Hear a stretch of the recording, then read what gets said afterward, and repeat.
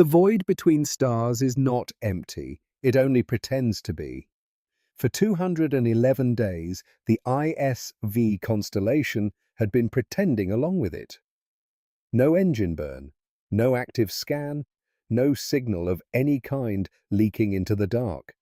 Just a hole in space designed to drink radar and swallow light, sitting perfectly still while 3 alien fleets moved around it like water around a stone they could not see. 11,000 kilometers from the mouth of the Aravan corridor, the ship hung in silence. Inside, Captain Ilara Voss stood on the bridge and made herself a cup of water. The ritual had become muscle memory. Heat the water, pour it slowly. Hold the cup with both hands. Feel the warmth. The coffee rations had run out on day 160-51 days ago. She had stopped counting the days without caffeine and started counting the days until the mission ended. She did not know when that would be. She only knew it would be soon. The bridge was dark except for the pale glow of passive sensors. Blue-green light painted the faces of her crew in soft relief. They moved quietly, spoke in short sentences, breathed like people who had forgotten how to make noise. 211 days of discipline had turned silence into a second language. Lieutenant Commander Silas Dane sat at the weapons console, humming something old and bluesy under his breath. The sound was barely audible, more vibration than music. Nobody told him to stop. Out here, a quiet hum was the closest thing to music anyone was going to get. Dr. Zara Nakamura occupied the navigation station, her eyes fixed on charts that existed only in her mind. She had been tracking the Dravathi fleet's patrol routes for 6 weeks. She could predict their movements better than their own commanders could. Every vector, every timing window, every gravitational shortcut, she knew them all. Ilara watched her crew and felt something close to pride. They had been out here long enough that silence had stopped feeling like absence and started feeling like strength. Every person on this ship understood what the mission was. Watch, record, do not be seen, do not be heard. Wait. Ilara set down her cup and pulled up the daily review, a routine she had performed every morning for 211 days. Status of the hull, status of the passive sensor array, status of the data banks, status of the crew, all green, all green. 94 terabytes of recorded alien communication and fleet movement, all fine. She noted that today was day 211. She made a mental calculation. 7 months. They had been out here for 7 months, watching 3 civilizations circle each other like animals deciding who moves first. The Aravan corridor was not beautiful. It was a dense transit lane between star systems, rich with navigable paths and gravitational shortcuts that cut weeks off any long-distance freight or military run. Whoever held it held leverage over half the sector. All 3 factions knew this. All 3 factions wanted it. None of them were willing to fire the first shot because none of them were sure they could survive what came after. So, instead, they postured. They moved ships.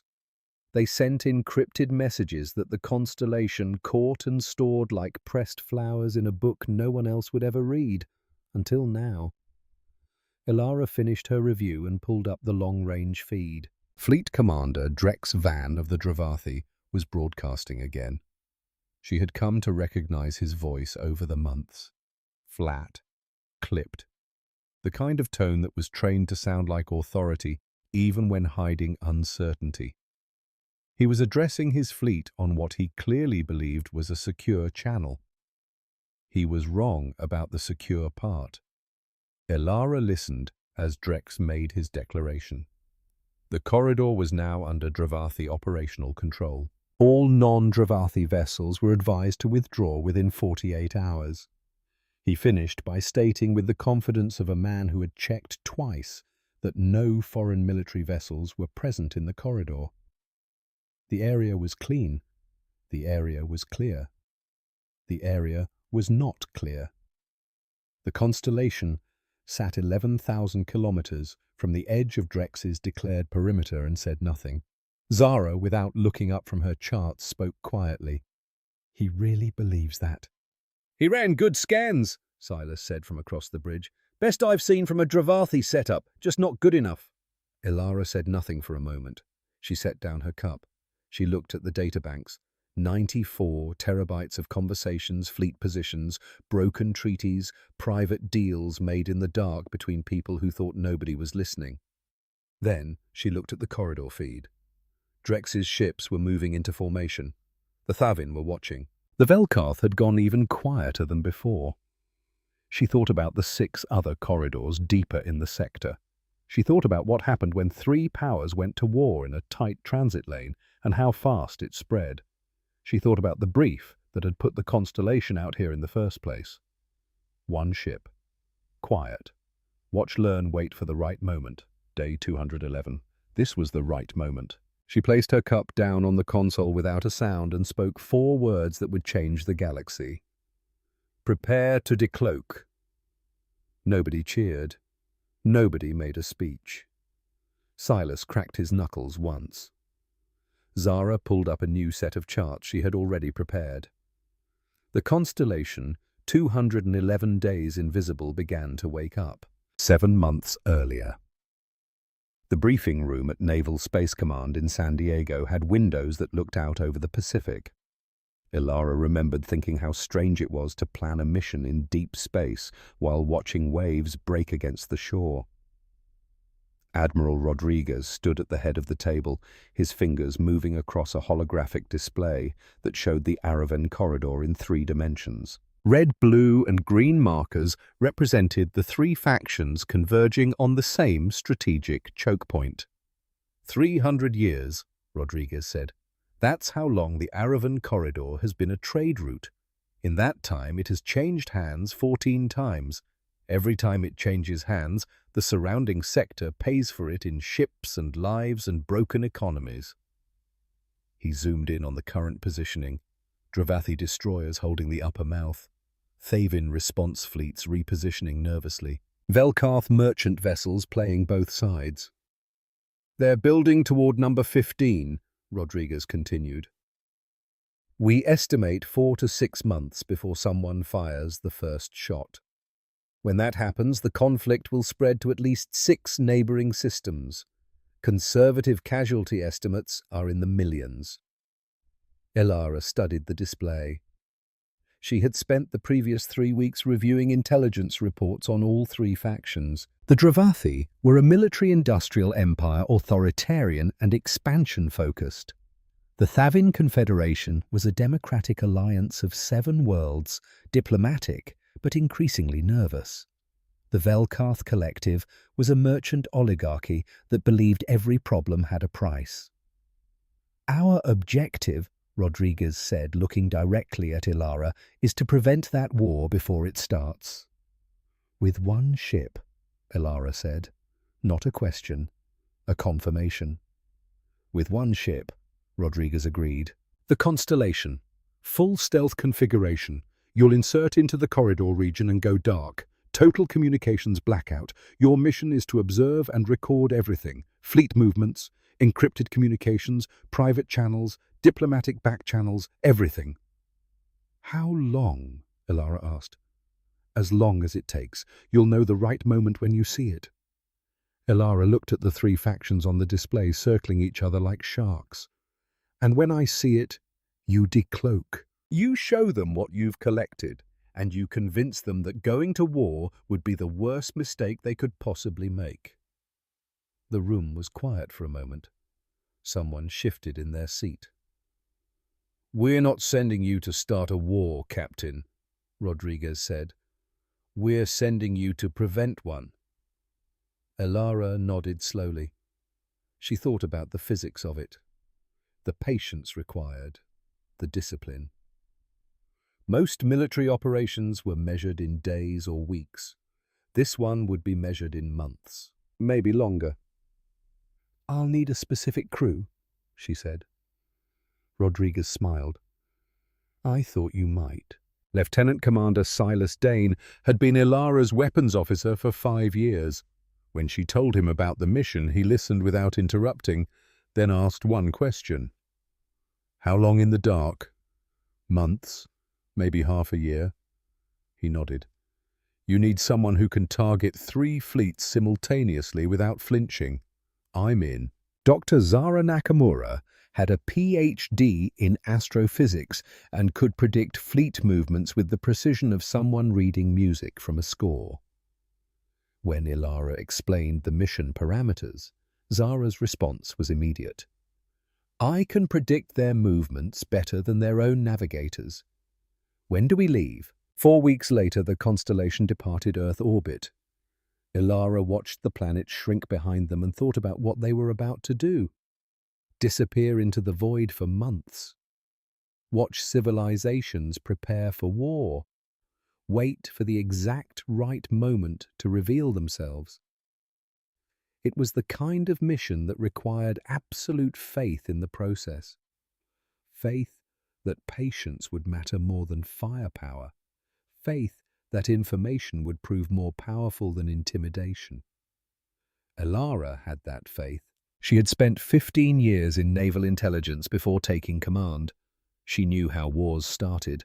Most of them began because someone made a decision based on incomplete information. Someone assumed they knew what their opponent was thinking. Someone believed they could act in secret. The Constellation's mission was to remove those assumptions, to prove that secrets had witnesses, to show that someone was always watching. The void between stars is not empty. They were going to prove it. Day 1. The insertion was perfect. Zara plotted a course through a debris field that gave them cover while they powered down all active systems. The Constellation's stealth plating was designed to absorb radar and scatter sensor returns. Once they went dark, they became a ghost. Ilara gave the order at 0600 hours. "From this moment, we are ghosts." The ship's reactor dropped to minimal output. Life support shifted to whisper mode. Communication arrays went silent. Every system that could emit a detectable signal was shut down or reconfigured. The crew moved through the ship like shadows, speaking in hushed tones, walking with careful steps. The silence was not oppressive. It was purposeful. They had work to do.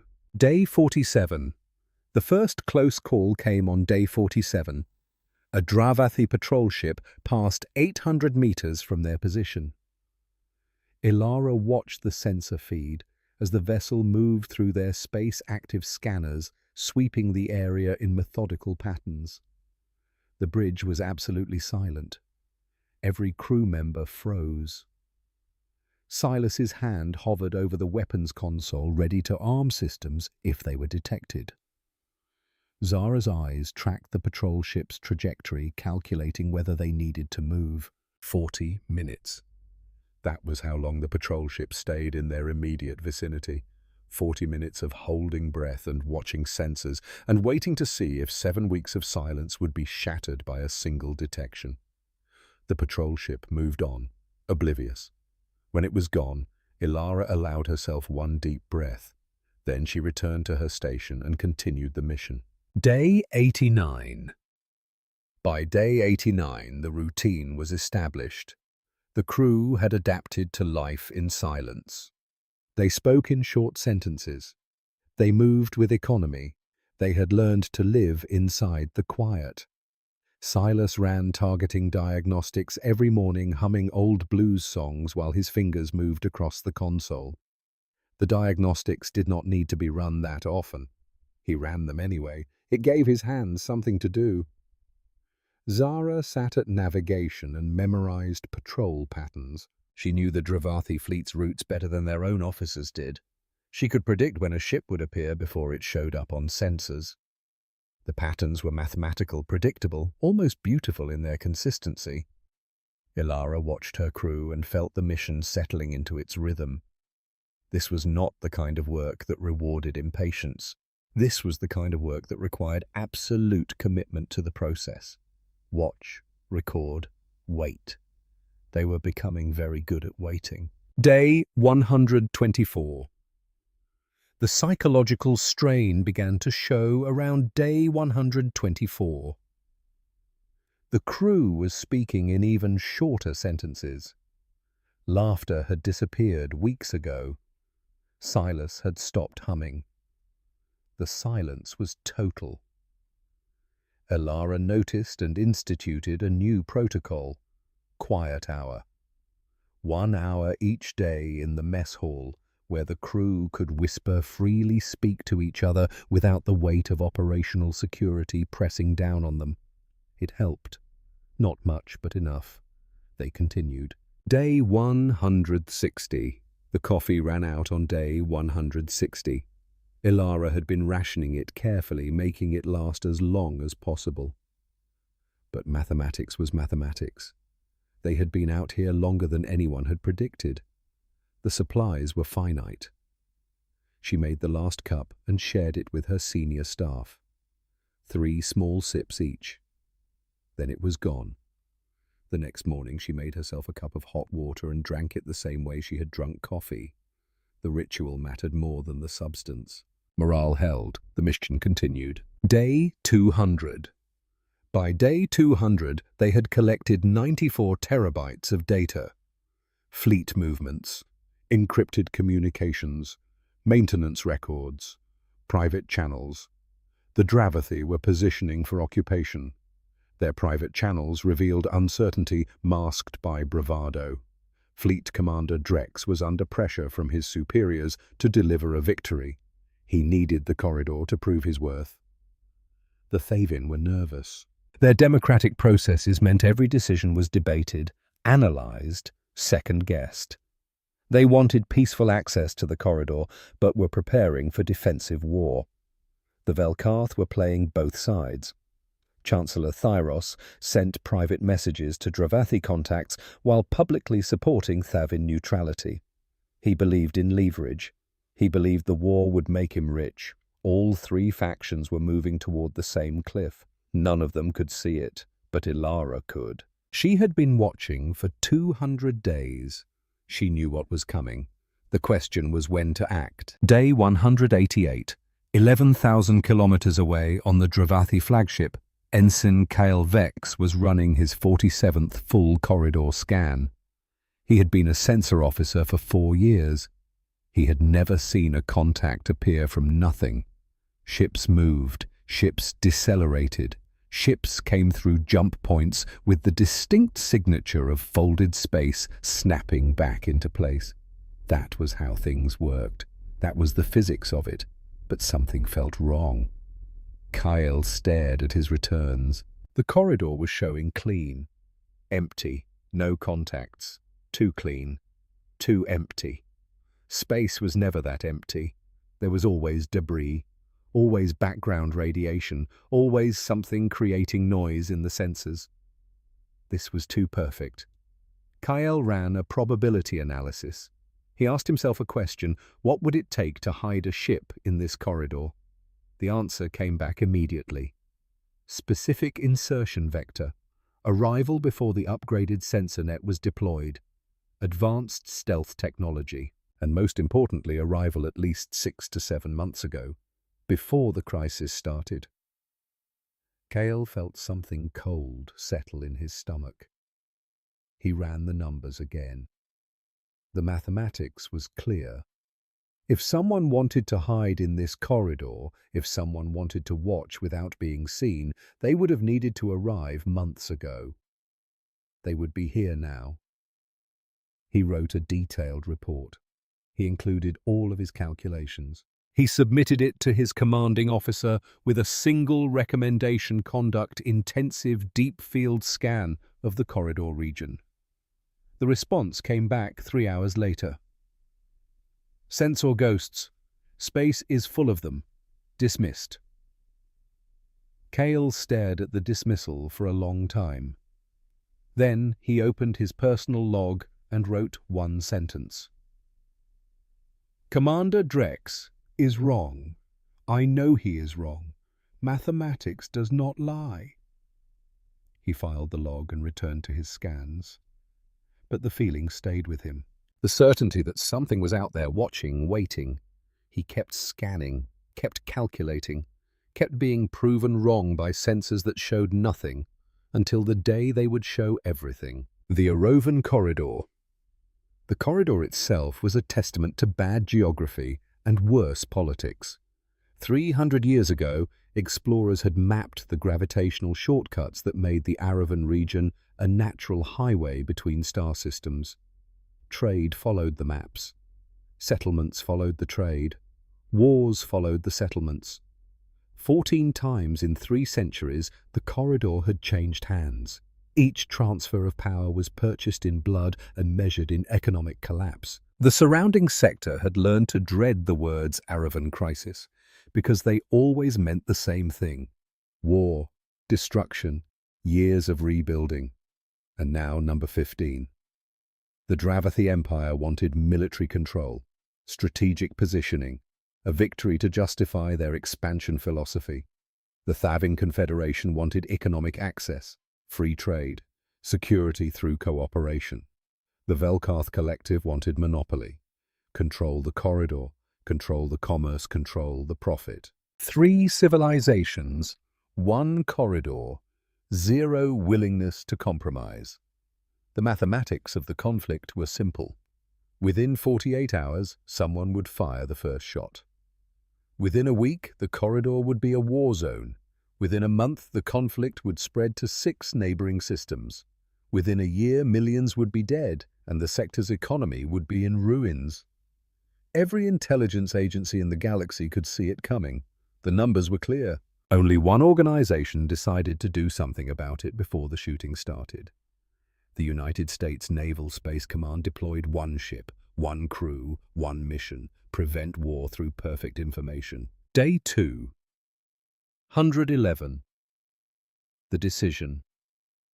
Ilara woke at 0500 hours, the same time she had woken every day for 7 months. She reviewed the overnight sensor logs. The Dravathi had moved 2 more destroyer-class ships into the upper mouth of the corridor. The Thavin response fleet had repositioned 3 times in 12 hours. The Velkarth had gone quiet. At 0530, Ilara intercepted Fleet Commander Drex's scheduled broadcast. She knew it was coming. They had been monitoring his communications planning for 3 days. At 700 hours, Drex would make a public announcement. He would declare the Arovan Corridor under Dravathi operational control. He would demand all non-Dravathi vessels withdraw within 48 hours. This was the trigger, the moment when posturing became action, when political tension became military crisis. Ilara made herself a cup of water. She held it with both hands. She felt the warmth. She ran the analysis one more time. All factors aligned. The 3 factions were committed. War was imminent. The constellation had complete intelligence. The timing was perfect. She finished her water and called her senior staff to the bridge. At 0600 hours, Lieutenant Commander Silas Dane and Dr. Zara Nakamura stood before her captain. Ilara spoke quietly. "We're decloaking at 0720 hours, 20 minutes after Drex's announcement." Silas cracked his knuckles once. 211 days of silence. This better be good. Zara had already pulled up 17 exit vectors. One of them passed close enough to a Velkarth listening post to collect 3 more months of signals data on the way home. She kept that route to herself for now. "Timing?" Silas asked. "We let him declare victory," Ilara said. "Then we prove him wrong." The logic was perfect. Let Drex commit publicly. Let him state with absolute confidence that the corridor was clear, then appear. The psychological impact would be devastating. At 700 hours, the crew sat at their stations and listened as Fleet Commander Drex Van broadcast to 3 fleets. His voice was exactly as Ilara had come to know it, flat, clipped, certain. The Aravan corridor is now under Dravathi operational control. All non-Dravathi vessels are advised to withdraw within 48 hours. This region has been thoroughly scanned and verified. The area is clean. The area is clear. The area is secure. Ilara looked at her crew. The area, she said quietly, is not clear. At 07:15 hours, she gave the preparation order. Silas brought weapon systems online. Zara confirmed escape routes. The ship's reactor began powering up for the first time in 211 days. At 07:20 hours, Captain Ilara Voss stood on the bridge of the sci-fi constellation and gave the command that would change everything. Retract stealth plating. Light us up. Let them see us. The constellation invisible for 7 months began to appear. 11,000 kilometers away, Ensign Kyle Vex was running a routine scan when his console lit up like a warning beacon. Contact. Between one sensor pulse and the next, something appeared that should not exist. A ship. Warship class. Configuration unknown. Position 11,000 kilometers from the corridor mouth. Kyle stared at his screen.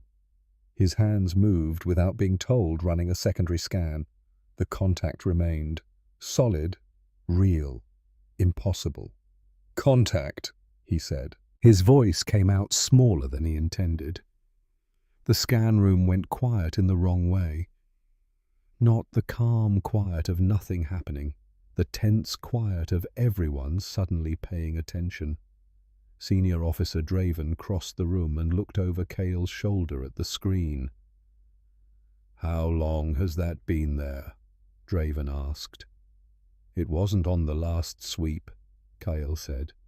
"I know it wasn't on the last sweep. How long?" Kyle had no answer. That was the answer. Fleet Commander Drex arrived 40 seconds later. He saw the screen. He went very still.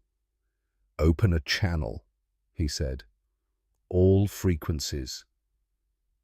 Before he could speak, the human ship opened the channel first. The voice was female, calm, clear, not aggressive, not apologetic, just present. "This is Captain Ilara Voss of the IS-5 constellation. We are a registered vessel operating under Human Exploratory Charter. We have been present in the Aravan corridor region for the past 211 days. We are not here to engage anyone. We would like to talk." Silence. Absolute silence across 3 fleets. 211 days. Kyle pulled up the sensor history. 211 days of sweeps. 47 full corridor scans. The ship had been there the entire time, watching, recording, waiting, and they had never known. The void between stars is not empty. It only pretends to be. The ISV constellation had just stopped pretending. The transmission reached the Thavin Council chambers 12 light minutes after Captain Ilara Voss spoke those words. 12 minutes for electromagnetic waves to cross the void and carry news that would reshape the political landscape of 6 star systems. Ambassador Theron Kale was in the middle of a formal session on agricultural subsidies when the communications aide entered the chamber. A breach of protocol so severe that Theron knew immediately something had changed. The aide's face was pale, not frightened, shocked. "Senior members need to see this," the aide said. "Now." Theron followed without question. The display screen showed a vessel that should not exist. The scan data showed a contact that had appeared between sensor pulses. The Hale transcript showed words that made Theron's hearts beat faster. 211 days. "What is a USS designation?" Theron asked. The aide's fingers moved across the interface, pulling up archived records. "Human Vessel Prefix Ambassador. United Spaceship. The configuration matches old Explorer-class hull geometry." Theron looked at the image on the screen. The ship was covered in stealth plating that seemed to drink light. The sensor profile was minimal. The positioning was perfect, close enough to observe everything, far enough to remain undetected. "What do the records say about Explorer-class vessels?" Theron asked. The aide read from the database. "Lightly armed survey vessels, scientific exploration and cultural observation missions. Minimal military capability."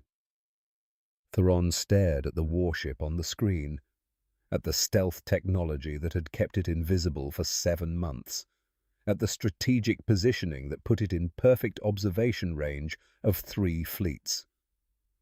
"Those records," Theron said slowly, "were written by humans. For humans. They wanted us to underestimate them." The aide said nothing. "Update the records," Theron said. "And get me the human diplomatic office immediately." Chancellor Thyrus Vex received the alert 8 light minutes from the corridor. His luxury vessel was positioned at the edge of the conflict zone, close enough to monitor developments, far enough to claim neutrality. The message was brief. Unknown contact, human vessel. 211 days of observation. Thyros read the words 3 times. His specialty was leverage, information as currency. He had built his career on knowing things other people did not know, on collecting secrets and trading them for power. 211 days of intelligence, on everyone, including him. Thyros thought about what he had said on channels he believed were secure. Private deals with Dravathi contacts while publicly supporting Thavin interests. Messages to both sides of the conflict, playing them against each other. Positioning Velkarth merchants to profit regardless of who won. Communications he had assumed were private. Conversations he had believed were secret. If the humans had been listening for 7 months, they had heard everything. Every deal, every lie, every manipulation. Thyros felt something he rarely experienced. Fear. Not fear of humans specifically. Fear of exposure. Fear that the leverage he had carefully constructed was about to be turned against him. "Get me complete records on human signals intelligence capabilities," he said to his aide. The aide searched the databases and returned with empty hands. "Sir, those records do not exist. Humans do not share that information with other species." "Exactly," Thyros said. "Which means we have been underestimating them." He looked at the image of the constellation on his display. A ship that had sat invisible for 7 months, watching, recording, collecting every secret 3 civilizations had tried to hide. The question was not what the humans knew. The question was what they planned to do with it. On the bridge of the constellation, Captain Ilara Voss waited for responses to her hail. She stood with her hands behind her back, her posture relaxed, her expression calm. Lieutenant Commander Silas Dane watched the communication feeds, monitoring 3 fleets simultaneously processing the impossible information that a human ship had been present for 211 days. Dr. Zara Nakamura tracked fleet repositioning. The Dravathi were holding position uncertain. The Thavin were broadcasting emergency signals to their command structure. The Velkarth had gone completely silent. "They're processing," Ilara said quietly. "Give them time." Silas nodded, but his fingers moved across his console, preparing the next phase of the operation. Ilara caught his eye and nodded once. Silas opened a secondary communication channel, not a hail, not a message, a data transmission. 94 terabytes of information began broadcasting to every active receiver in range. All 3 factions, every neutral relay buoy, every independent trade council monitoring the corridor. The data packet contained everything the constellation had collected over 211 days. Fleet movements, encrypted communications, maintenance records, private channels, secret deals, broken agreements, lies told in darkness by people who believed nobody was listening. All of it time-stamped, all of it verified, all of it organized by faction and date. Ilara watched the transmission progress indicator climb toward completion. "No more secrets," she said quietly. "No more deals made in darkness." The data dump took 6 minutes to transmit. 6 minutes to distribute 7 months of gathered intelligence to every corner of the sector. When it finished, Ilara allowed herself a small breath. Now they would have a very honest conversation. Ambassador Theron downloaded the data packet and expected military intelligence, fleet positions, patrol routes, strategic analysis. What Theron found was so much more. The Thavin section contained private communications between council members and Velkarth intermediaries, supply agreements that had been voted against in public session but honored in secret, trade deals that violated Confederation law but served individual interests. 3 separate instances of Thavin naval vessels entering Dravathi-flagged zones without declaration, each one logged with exact timestamps, vessel identification, and precise heading coordinates. Theron scrolled through the records with growing horror. One incident in particular made Theron's hands shake. A meeting 6 weeks ago, 4 people, no official record. A decision to authorize a reconnaissance mission into disputed territory. Theron had personally approved that mission. In a room with 3 other council members, they had agreed to keep no records, to maintain plausible deniability. The humans had records. They did not have audio from the room, but they had the vessel movement that followed 90 minutes later. They had the encrypted message sent immediately after the meeting. They had the reply. They had the complete operational timeline. For anyone who knew what they were reading, the story was perfectly clear. Theron closed the Thavin section and opened the Dravathi files. Worse. So much worse. Fleet Commander Drex's private communications with Admiral Harvin, requests to delay supply agreements, plans to move weapons depots without informing other factions. 3 cases of falsified sensor logs to justify territorial claims. One message detailed a firing incident on a civilian freighter. The official report called it a navigation error. The private channel revealed it was deliberate intimidation. Theron felt sick. The Velkarth section was almost predictable in its cynicism. Chancellor Thyros playing both sides, sending private assurances to Dravathi contacts while publicly supporting Thavin neutrality. One message stood out for its casual brutality. "Let them fight. We will sell to whoever is left standing." Theron sat back and stared at the ceiling of the council chamber. Hour 1, anger at being spied upon. Hour 2, fear at the scope of exposure. Hour 3, something approaching respect. The humans had not just observed military movements. They had collected a complete record of political corruption, broken promises, and diplomatic lies across 3 civilizations. And they had just made it all public. Theron thought about what happened next. The political fallout, the recriminations, the investigations. Then Theron thought about the humans. About a species that had sent one ship into hostile space and waited 7 months for exactly this moment. About a captain who understood that preventing war required exposing the lies that made war possible.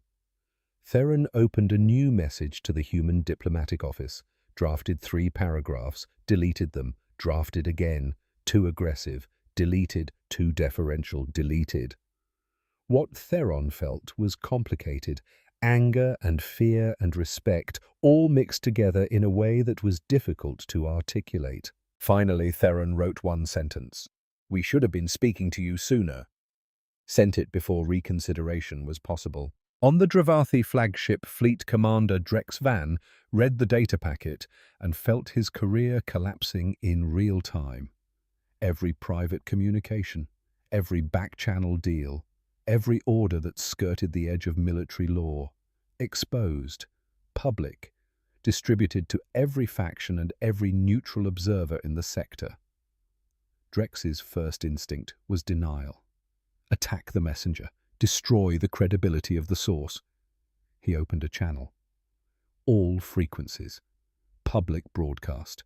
His voice carried the weight of official authority, the tone of a man who would not be questioned. This data is fabricated, a deliberate falsification designed to sow discord among allied forces. The Dravathi Empire does not recognize the legitimacy of these so-called records and considers their distribution an act of information warfare. He used the specific Dravathi legal term for falsified records, a term that carried weight in military tribunal proceedings. It was a bold move. It would have been an effective move if he had made it before the data was distributed to every independent trade council and neutral relay buoy in the sector. He made it after. On the constellation, Silas Dane heard the transmission and looked at Captain Voss with an expression that was almost sympathetic. "He really went with fabricated," Silas said. "He is running out of options," Zara observed from her station. Ilara opened a response channel. Her voice remained calm, even. No rise in tone, no emotion, just facts. Fleet Commander Drex Van, at the 15th hour on day 104 of our observation, you transmitted a private message to Admiral Harvin using the secondary encrypted band your fleet reserves for direct command communication. The content of that message was a request to delay the Velkarth supply agreement by 3 weeks in order to move a weapons depot without Thavin knowledge. I will now play that message in full. Ilara nodded to Silas. The recording played on every open channel in the sector. Drex Van's own voice, flat, clipped, unmistakably his. The exact words, the exact request, the exact timestamp. The channel went silent, stayed silent. On the Dravathi flagship, Ensign Kale Vex sat at his sensor station and realized he had been holding his breath. He let it out slowly. He had listened to Fleet Commander Drex call the data fabricated. He had almost believed it. Almost. Because believing it was easier than accepting the alternative. The alternative was that a human vessel had been sitting in their space for 7 months, hearing everything they said, recording every order, documenting every lie. Kale believed the alternative now. He watched Senior Officer Draven standing next to Commander Drex, watched Drex's face as his own voice played back to him, watched authority shatter in real time. Draven spoke quietly. "Sir, I recommend we listen to what she has to say." Drex said nothing, just nodded once. He looked smaller than he had 3 minutes ago. Ilara waited 30 seconds. Let the silence extend. Let the implications settle. Then she opened a wider channel, one that pulled in all 3 factions simultaneously. "We are not here to prosecute anyone. We are not here to claim the corridor or take sides in your dispute. What we are here to do is prevent a war that none of you can afford and all of you are about to start anyway." She pulled up the corridor map on her screen. Nobody else could see it, but she had memorized every detail. The Arovan corridor is a transit lane. It has been a transit lane for 300 years. In that time, it has changed hands 14 times. Every time it changed hands, the surrounding sector paid for it in ships and lives and broken economies. Pause. Let the history land. We have been watching you build toward number 15. We would like to suggest that you do not. The response came from Ambassador Theron, voice careful, measured. "And if we decline your suggestion, then we leave," Ilara said.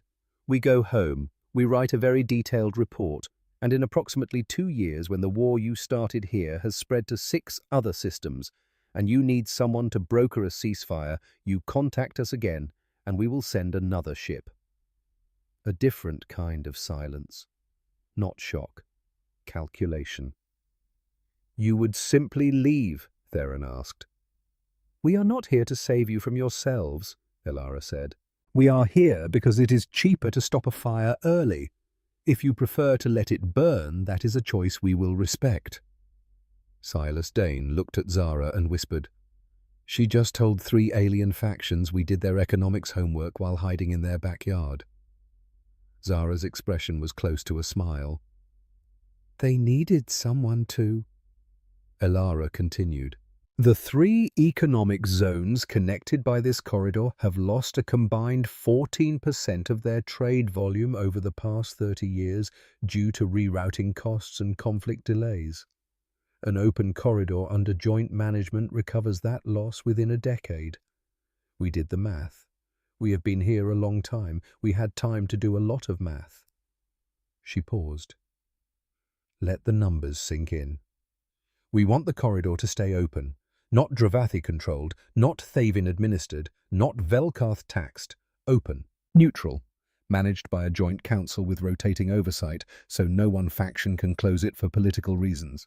Fleet Commander Drex spoke for the first time since his authority had been destroyed. His voice had changed, not performing confidence anymore, actually thinking. Which body would adjudicate disputes? "An independent trade council," Elara said immediately.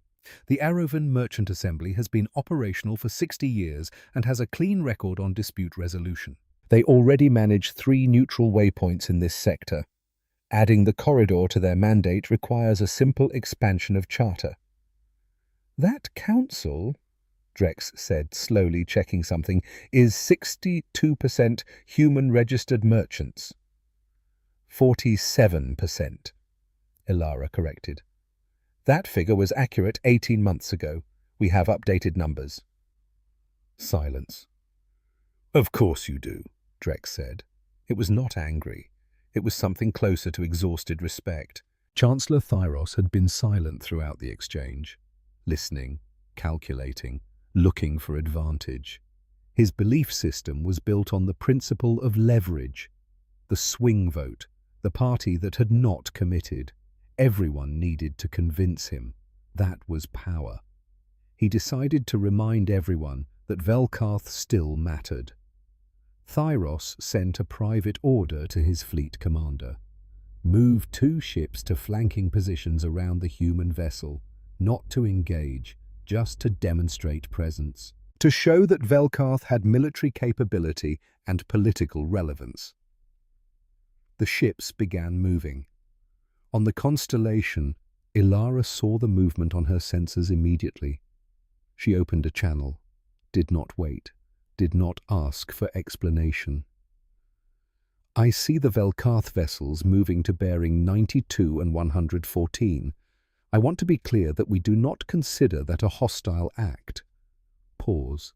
"I also want to note that we have detailed maintenance records for both of those ships, and I know one of them has a coolant issue in its secondary drive that would make a high-burn maneuver inadvisable." On his luxury vessel, Chancellor Thyros stared at his screen. He called his aide. "Pull up maintenance records for those 2 ships." The aide pulled the files. The coolant issue was real. Filed internally 11 days ago. Not public information, not shared with other factions. The humans knew anyway. "You have been inside our maintenance records," Thyros said on the open channel. Not a question, a statement. "We have been listening to your internal communications," Elara said. "Maintenance reports are filed on standard broadcast frequency between your engineering teams and your supply depot. We were not specifically looking for them. They were simply there." Thyros thought about what else transmitted on standard broadcast frequency. Daily reports, personnel logs, supply requests, medical updates, routine communications between crew members who had no idea anyone was listening. He thought about what the humans might have collected without even trying. "What do you want?" he asked. He meant it as a political question. "What are your terms? What is your price?" It came out sounding like genuine inquiry. "We want the corridor to stay open," Elara said. "Not controlled by any single power, not taxed for political gain, not closed when convenient for one faction's interests. Open, neutral, beneficial to everyone." "That is an idealistic proposal," Thyros said. "It is a practical one," Ilara replied.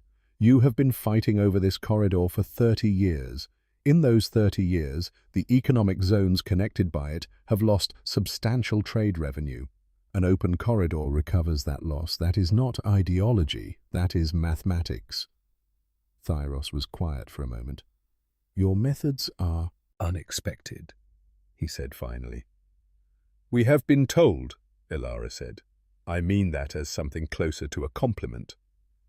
"I know. That is why I did not argue."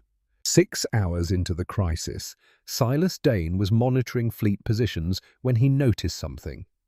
The 2 Velkarth ships that had moved to flanking positions earlier had not returned to their original formation. They were holding position, uncertain.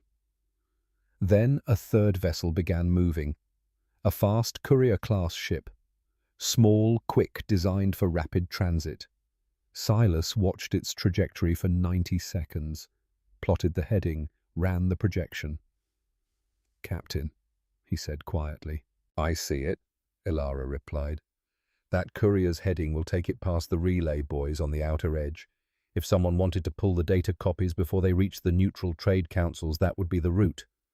Ilara opened a channel immediately. "Chancellor Thyros, please recall your courier." The longest silence of the day. The courier continued moving. Every sensor in the sector tracked it. Everyone waited. Then the courier changed course, began return trajectory, went back. Thyros's voice came through the channel, flat, controlled, something underneath it that sounded like curiosity. "You were watching the courier." "We were watching everything," Ilara said. "That is what we do." Another pause. "You are a very strange species," Thyros said again. "We have been told," Ilara repeated. Silas looked at Zara. "She just stopped them from destroying evidence without firing a shot." "She stopped a war without firing a shot," Zara said. "The courier was easy." But the implications were profound. It was not just that Ilara had seen the courier, it was that she had identified its purpose and intervened before it reached its target. Real-time surveillance, not historical playback. The humans were watching now, actively, constantly. That was the real weapon, not the data they had collected. The fact that they were still watching, still recording, still present. Ensign KL Vex, monitoring from the Dravathi flagship, ran calculations. For the humans to identify the courier's mission before it reached the relay buoys, they had to be monitoring communications at a level that suggested either predictive analysis or direct interception of Thyros's orders. All 3 options were terrifying. Kyle opened a new file and began drafting a transfer request. Not to another Dravathi ship, to somewhere else. Somewhere that valued accuracy over politics. Somewhere that understood mathematics did not lie. 10 hours into the crisis, military advisor Sovan sat in a private conference room with Ambassador Theron and said nothing for 20 minutes. She was thinking. Finally, she could not keep the question inside anymore. "Ambassador, how many human vessels are currently cloaked in Thavin's space?" She did not say it dramatically, just genuinely needed to know. Theron looked at her, did not answer, not because of secrecy, because of ignorance. Theron did not know. That was the answer. Both of them understood it at the same moment. Neither spoke for a while. The question began spreading through fleet channels and council back channels. Different languages, different phrasing, same tight feeling behind it. How many more are there? Could be 0, could be dozens, no way to tell. The constellation had sat 11,000 kilometers away for 211 days. Nobody had known. What else was out there? Who else was watching on the constellation? Ilara intercepted the question spreading through communication networks, heard it in multiple versions, multiple languages. Silas looked at her. They are asking how many more ships. I know, Ilara said. Should we clarify? No. Pause. Let them wonder. 12 hours after the decloak, the galaxy was recalculating. The Dravathi were running emergency reviews of every secure channel they had used in the past year, assuming compromise, assuming human access. The Thavin were calling intelligence briefings, asking questions that had no answers. How long? How many? How much do they know? The Velkarth were conducting communication audits, reviewing every deal, every private arrangement, every secret agreement, wondering what else the humans had heard. And in 300 separate locations across 6 star systems, military officers and political leaders were looking at star maps and asking the same question. Where else are they watching? The IS-5 constellation had changed more than the immediate crisis in the Araven corridor. It had changed the fundamental assumption of galactic politics, the assumption that you could act in secret, that you could make deals in darkness, that you could lie to your rivals and your allies and nobody would ever know. That assumption was gone. The void between stars was not empty. It never had been. And now everyone knew it. Captain Ilara Voss stood on the bridge of her ship and watched 3 fleets holding position, waiting, calculating, understanding that the old rules no longer applied. She had been patient for 211 days. Now she would be patient a little longer. The ceasefire would come, not because she demanded it, because the mathematics left no other choice. War had become too expensive. Peace had become too cheap. The numbers would do the rest. 72 hours after Captain Ilara Voss spoke 4 words that changed the galaxy, the ceasefire was not signed. It was agreed to. The difference mattered. A signed document would have meant lawyers and formal sessions and the kind of ceremony that gave everyone involved a chance to perform victory for their constituents. What happened instead was quieter, more durable. Fleet Commander Drex Van held position, did not advance, did not claim territory, simply stopped moving forward and waited. Chancellor Thyros withdrew the courier vessel and the 2 ships that had attempted to flank the constellation. No public announcement. Just quiet repositioning that appeared on every sensor array in the sector. The Thavin Confederation Council voted in closed session, not unanimous, but enough. 47 members supporting the Joint Corridor Management proposal, 31 opposed, 12 abstaining. Enough. Ambassador Theron Kale sat in the council chamber after the vote and stared at the ceiling for a long time. Thought about that word. Enough. Not perfect. Not everything anyone had wanted. Just enough to stop the situation from getting worse. Enough to give the slower, better process a chance to work. Humanity, Theron realized, had a very precise understanding of enough. They did not want total victory, did not want humiliation of their opponents, did not want to impose their will through force. They wanted an outcome, a practical solution that served everyone's interests better than war would. Theron had spent 40 years in politics and rarely encountered that kind of pragmatism.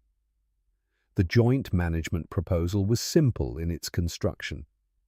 The Arovan Merchant Assembly would expand its charter to include corridor oversight, a joint council with rotating membership from all 3 factions, each faction receiving equal representation.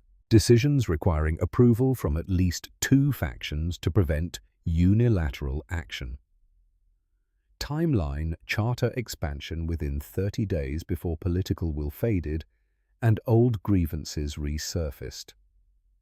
Fleet Commander Drex sent a private message to both Theron and Thyros. The content was brief. The human is correct. We proceed with joint management. Not gracious, not enthusiastic, but acceptance. Chancellor Thyros issued a public statement an hour later. The Velkoth Collective supports the joint management proposal and looks forward to productive economic cooperation that benefits all parties. Translation. We did not get the monopoly we wanted, but an open corridor is still profitable. Ambassador Theron made the final announcement. The Thavian Confederation formally endorses the Aravan Joint Management Initiative. We believe this represents the best path forward for all parties and for the long-term stability of the sector. Translation. We are profoundly relieved we do not have to fight a war we could not afford. On the bridge of the Constellation, Captain Ilara Voss listened to the three statements and allowed herself one small breath. Good, she said. We will transmit formal proposal documents within 6 hours. Captain Voss out. No celebration, no speech, no congratulations from her crew. Mission accomplished, time to move to the next task. Ilara filed her mission report from the same chair she had occupied for 211 days. The report was 3 paragraphs. An ISV classification officer reviewing it 6 months later would note that it was the most information-dense 3-paragraph report in recent operational history. Captain Voss had a remarkable ability to say exactly what happened without using a single word that was not necessary. Paragraph 1. The observation period, 211 days. 94 terabytes of data collected. 3 factions and their positions. Assessment war imminent, without intervention. Paragraph 2. The intervention. Decloak on day 200, 11 hour 0. Communications established with all factions. Data distributed to all relevant parties. Ceasefire agreed at hour 72. Joint management proposal accepted in principle by all 3 factions. Paragraph 3. Current status and next steps. Mission successful. Recommend formal contact with Aravan Merchant Assembly within 30 days to begin charter expansion discussions before political will fades. Additional observation. Salvari Passage region showing increased tension signals over past 8 weeks. Recommend monitoring. Final line. ISV Constellation ready for reassignment. Ilara sent the report. Made herself a cup of water, the ritual that had sustained her for 7 months. She thought about what they had accomplished. Not with weapons, not with threats, with patience and information and the willingness to wait for exactly the right moment. Preventing war is harder than winning one. They had done the hard work. Lieutenant Commander Silas Dane appeared in the doorway. So, he said. Home? Not yet, Ilara replied. Silas looked at the ceiling, the same way Ambassador Theron had looked at the ceiling hours earlier, though neither would ever know they shared that gesture. The other corridor, Silas said. Not a question. Salvari Passage has been running tension signals for 8 weeks. Someone should be watching it. Silas's expression was half complaint and half something that was not quite pride but lived close by. I am going to need more coffee rations this time. Put in the request, Ilara said. Silas left. She heard him in the corridor outside telling Dr. Zara Nakamura to plot the route to Salvari Passage. She heard Zara's response. Already have it. Ilara was not surprised. 76 hours after the decloak, Ensign Kale Vex received a response to his transfer request. He had submitted it on day 207, 4 days before the constellation revealed itself. Before he knew for certain that his calculations were correct. Before mathematics proved that commanders could be wrong and sensor officers could be right. The response was brief. Transfer approved, standard processing time. No flags, no questions. Destination Advanced Training Program. Deep Sector Analysis. Long-range signals interpretation. Intelligence division work. Kale packed his belongings quietly. The decision was made. He was certain. No need to perform certainty for anyone. His bunkmate found him sealing his last container. Where are you going? The bunkmate asked. Training program, Kale said. Deep sector analysis. Long-range signals interpretation. That is intelligence division work. I know. Because of the humans. Kale closed the container and looked at his bunkmate. Because I would rather be the one doing the watching than the one who did not know he was being watched. He said it without anger, just as fact, something he had accepted and was moving forward from. The after-action records would note that Kale Vex was the only member of the Dravathi fleet to have predicted the constellation's presence before the Decloak. He had been right for partially wrong reasons. His calculations assumed the ship had arrived 6 months prior, not 7. But he had been the one who ran the numbers honestly, who trusted mathematics over authority. That was more than anyone else had done. Kyle walked off the Dravathi flagship without looking back. 6 months later, he would submit an application to the Human Intelligence Bureau's Cultural Exchange Program. The application would be accepted. He would become the first Dravathi citizen to formally work with Human Intelligence Services. His specialty would be detection countermeasures. The irony was not lost on him. The galaxy recalibrated rapidly. On the Dravathi homeworld, Fleet Command filed 2 reports within 72 hours of the ceasefire. The first recommended immediate sensor array upgrades across the entire fleet. New protocols for passive detection. Increased frequency of deep field scans. Operating assumption. Current technology insufficient for detecting human stealth-capable vessels. The second recommended opening formal diplomatic contact with the Human Exploration Bureau, establishing communication channels, cultural exchange programs, intelligence sharing agreements. The addendum to both reports contained a single line that would be quoted in strategy briefings for years. Do not assume you are alone. Do not assume you would know if you were not. The Thavin Confederation called an emergency intelligence review. The question posed to every analyst and strategic officer: how many other corridors might humanity be watching? The answer came back uniform. Unknown. New policy directive. Operate under the assumption of human presence in all contested zones. Conduct diplomacy as though every communication is being monitored. Make decisions as though someone is always watching. Better to assume and be wrong than the alternative. Chancellor Thyros ordered a comprehensive communication audit of all Velkarth channels for the previous 2 years. The purpose was simple. Understand what the humans might have heard. The result was predictable. Assume they heard everything. New protocol. No communication channel to be considered secure unless using quantum encryption. All sensitive negotiations to be conducted under the assumption of foreign intelligence access. On day 215, the Araven Merchant Assembly received formal contact from a human diplomatic representative. Dr. Zara Nakamura, temporarily assigned to diplomatic duties, opened negotiations for charter expansion. The timeline was ambitious. 6 months of negotiation. Full joint management operational within 1 year. The story leaked to galactic media on day 217.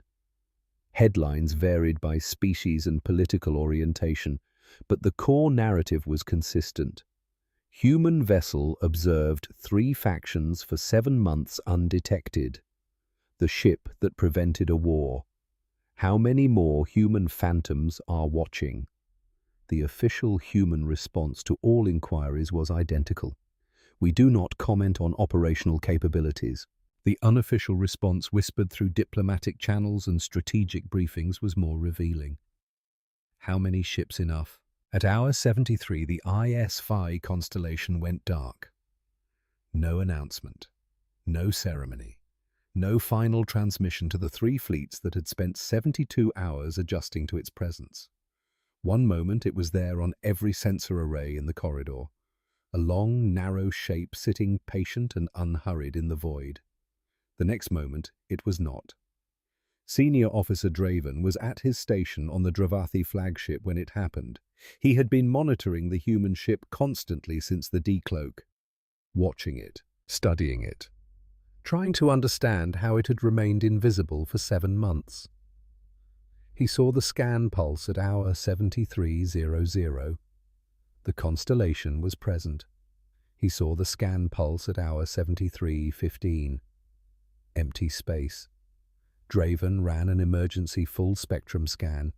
High sensitivity, military-grade sensors, every detection protocol the Dravathi possessed. Returns came back clean. Empty.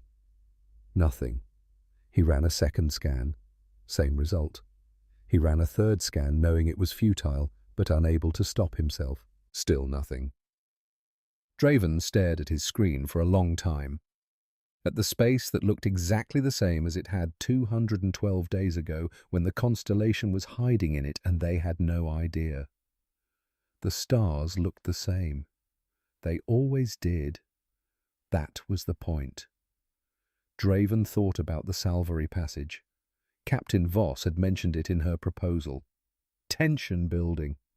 Someone should watch it. He thought about 3 other contested zones he knew about. Several more he did not.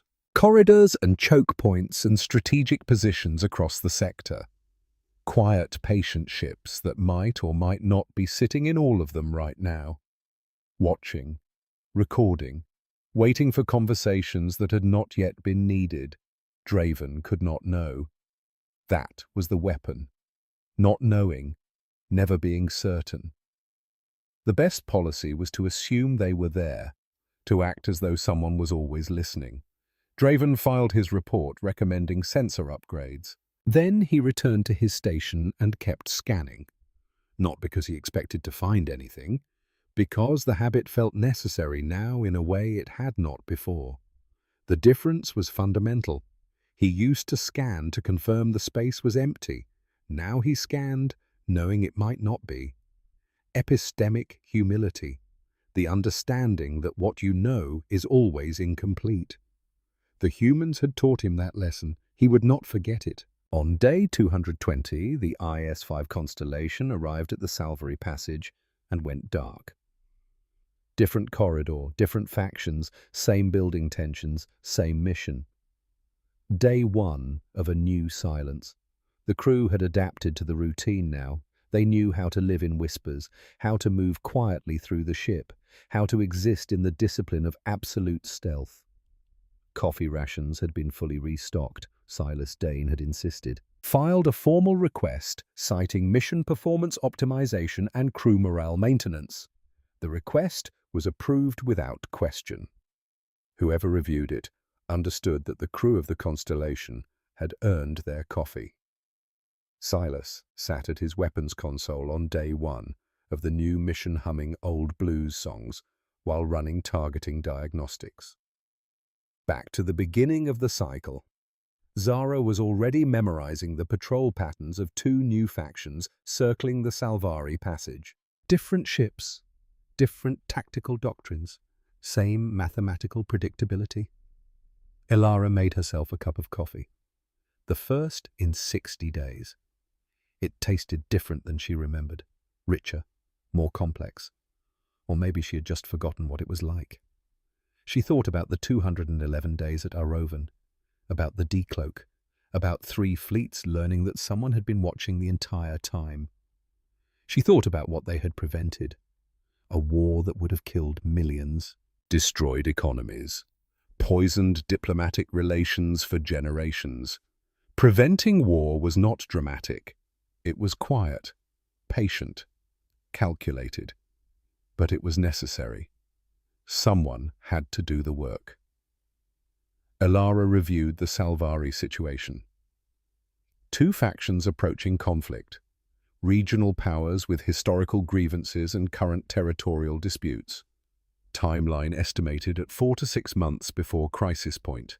The Constellation would be there first, watching, learning, waiting for the right moment. Elara would know when that moment came. the same way she had known at Arroven. The mathematics would tell her. At 0800 hours on day 220, Captain Ilara Voss gave the order. All systems to stealth configuration. We are ghosts again.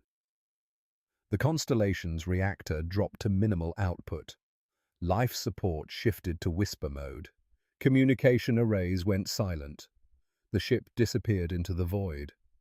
Somewhere two factions continued their dance toward war, unaware that someone was watching, unaware that someone was already planning how to stop them. The void between stars is not empty. It only pretends to be. 7 years later, the document was stamped with Dravathi military classification codes and a declassification date that had expired 7 days ago. It spread through strategic planning offices and intelligence bureaus across 6 star systems. Every fleet commander in the sector read it within a week. The title was simple: Assessment of Human Stealth Capabilities, the Arroven Incident. The content was more complex. Standard sensor sweeps are insufficient for detecting human stealth-capable vessels. The ISV constellation operated undetected in an actively monitored zone for a period in excess of 200 days. Recommend immediate review of passive detection protocols. Recommend immediate review of all contested zones where human presence has not been confirmed. Recommend above all that future assessments of human capability begin from the assumption that whatever you believe you know is incomplete. They have been here longer than you think. They know more than you have given them credit for. Do not assume you are alone. Do not assume you would know if you were not. The record was filed without a named author. Most analysts believed it was written by Senior Officer Draven. The writing style matched, the tactical thinking aligned. But Draven never confirmed or denied. The impact was measurable. 7 years after the Arroven incident, the corridor was operating under joint management. Trade volume had recovered 11% ahead of projections. 0 major conflicts, 0 territorial disputes that could not be resolved through the Merchant Assembly's arbitration process. The model had been replicated in 3 other corridors. The results were consistent. Open access, neutral oversight, economic benefit for all parties. Humanity's reputation in galactic politics had transformed completely. Before Arroven, young species, energetic, interesting, not ready for serious conversations. After Arroven, extremely dangerous if you lie to them, extremely valuable if you do not. 7 formal diplomatic channels had opened between human governments and other species. Cultural exchange programs flourished. Technology sharing agreements increased gradually. The question was still asked at strategic planning sessions and intelligence briefings. How many ships? The official human response remained unchanged. Enough. Unofficial estimates ranged from 15 to 30 stealth-capable vessels deployed across contested regions. The actual number was classified at levels that suggested it would remain classified for decades. The policy was consistent. Never confirm. Never deny. Let them wonder. Ensign Kale Vex, now senior analyst. Kale Vex of the Human Intelligence Bureau sat in his office reviewing detection countermeasure protocols and thought about the journey that brought him here. 7 years. From Dravathi sensor officer to human intelligence analyst. From loyal fleet member to cultural liaison between species. He had published a paper 2 years ago. Mathematics of Trust: Why Accuracy Matters More Than Politics. It had been well received in both human and non-human strategic communities. He had married a human analyst he met at a conference. They had a child who carried genetic material from 2 species and citizenship in 2 governments. The child would grow up in a galaxy where that was possible because someone had prevented a war 7 years ago. Kyle thought about that sometimes, about the ripple effects of one ship's patience. Captain Ilara Voss, now Admiral Ilara Voss, commanded the Stealth Operations Division from an office that overlooked the Pacific Ocean. The same ocean she had looked at 7 years ago when accepting the Arroven mission. Her reputation had grown in ways she found uncomfortable. The woman who prevented 3 wars without firing a shot. 3. Arroven was first. Salvari came 2 years later. A third corridor crisis was resolved before most people knew it existed. The missions remained classified. The methods remained secret. But the results were public. Admiral Voss still drank water instead of coffee. The habit had stuck. She found she preferred it now. Her current assignment was strategic oversight, coordinating stealth operations across multiple sectors, making decisions about where to deploy vessels, when to decloak, how to prevent conflicts before they ignited. It was harder work than command, more complex, more consequential. She was good at it. The ISV constellation remained in active service, current location classified, current mission classified, days in current position unknown. The ship would decloak when the moment was right, when the mathematics aligned, when patience had gathered enough information to prevent war through perfect timing. Somewhere in the void, the constellation sat silent, watching, recording, waiting. The crew lived in whispers, spoke in short sentences, drank water or coffee depending on supply status. They knew what the mission was. Watch, record, do not be seen, do not be heard, wait. They were very good at waiting. The legacy of the Arroven incident was measured in wars that did not happen, in conflicts prevented, in diplomatic solutions reached before military solutions became necessary. Pre-Arroven galactic politics operated on the principle that might makes right. Military capability determined negotiating position. Force projection established credibility. Post-Arroven politics operated differently. Information made right. The ability to prove what was said in private. The knowledge that someone might be watching. Secret deals decreased dramatically. Diplomatic honesty increased. Not because species became more moral, because lying became more expensive. The Phantom Protocol became official doctrine. Identify potential crisis points early. Deploy stealth vessels months or years in advance. Observe without interference. Collect complete intelligence. Decloak at optimal moment. Present data. Force honest negotiation. Establish lasting solution. Recloak and move to next crisis. Effectiveness rate 87% success in preventing or de-escalating conflicts. The galaxy had changed. Not through force, through information, through the simple, terrifying knowledge that the void between stars was not empty. It never had been. On a classified star chart in a secured facility, 23 contested zones were marked with monitoring status indicators. 7 showed the notation, "Unknown contact, possible human presence." The reality could be 0 ships.